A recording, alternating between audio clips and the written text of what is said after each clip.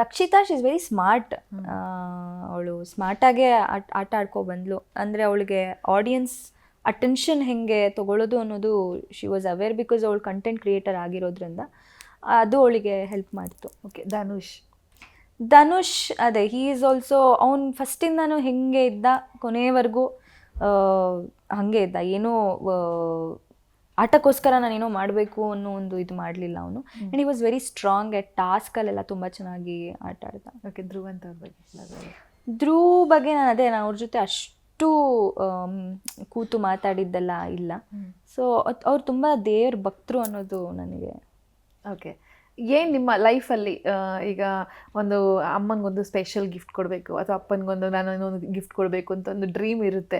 ನಿಮಗೆ ತಂದೆಗೆ ಅಂತ ಬಂದಾಗ ಏನು ಗಿಫ್ಟ್ ಕೊಡಬೇಕು ಅಂತ ಆಸೆ ಇದೆ, ತಾಯಿಗೆ ಅಂತ ಬಂದಾಗ ಏನು ಗಿಫ್ಟ್ ಕೊಡಬೇಕು ಅಂತ ಆಸೆ ಇದೆ ಅಂತ? ಆ ಥರ ಏನೋ ಅಂದರೆ ನಾನು ಸ್ವಲ್ಪ ಫ್ಯಾಮಿಲಿ ವಿಷಯದಲ್ಲಿ ಫ್ಯಾಮಿಲಿಯವ್ರ ಹತ್ರ ಆ ಪ್ರೀತಿ ಎಕ್ಸ್ಪ್ರೆಸ್ ಮಾಡೋದು ಅದೆಲ್ಲ ಸ್ವಲ್ಪ ಕಮ್ಮಿ. ಬಟ್ ಪ್ರೀತಿ ಇರುತ್ತೆ, ಏನೋ ಗಿಫ್ಟ್ ಕೊಟ್ಟು. ಅವರು ಅಷ್ಟೇ, ನಾವು ಅಷ್ಟೇ. ಮನೇಲಿ ಆ ಥರದ ವಾತಾವರಣ ಇಲ್ಲ, ಏನೋ ಒಂದು ಕೊಟ್ಟು ನಾನು ಪ್ರೀತಿನ ಎಕ್ಸ್ಪ್ರೆಸ್ ಮಾಡ್ಕೋಬೇಕು ಅಂತ. ಹಂಗೆ ಹೋಗ್ತಾ ಹೋಗ್ತಾ ಏನೋ ಒಂದು ಇಲ್ಲ ಇದು ಬೇಕು ಅಂತಂದ ಕೊಡಿಸೋದು, ಆ ಥರದ್ದಿದೆ. ಬಿಟ್ಟರೆ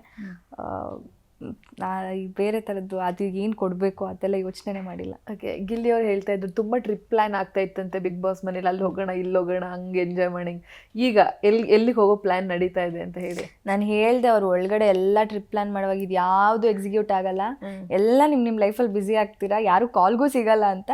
ಈಗ ಯಾರು ಕೋಆರ್ಡಿನೇಟ್ ಮಾಡಿರಲ್ಲ, I am very sure about it. ಯಾಕಂದರೆ ಎಲ್ಲರೂ ಅವ್ರವ್ರ ಲೈಫಲ್ಲಿ ಬ್ಯುಸಿ ಆಗಿದ್ದಾರೆ.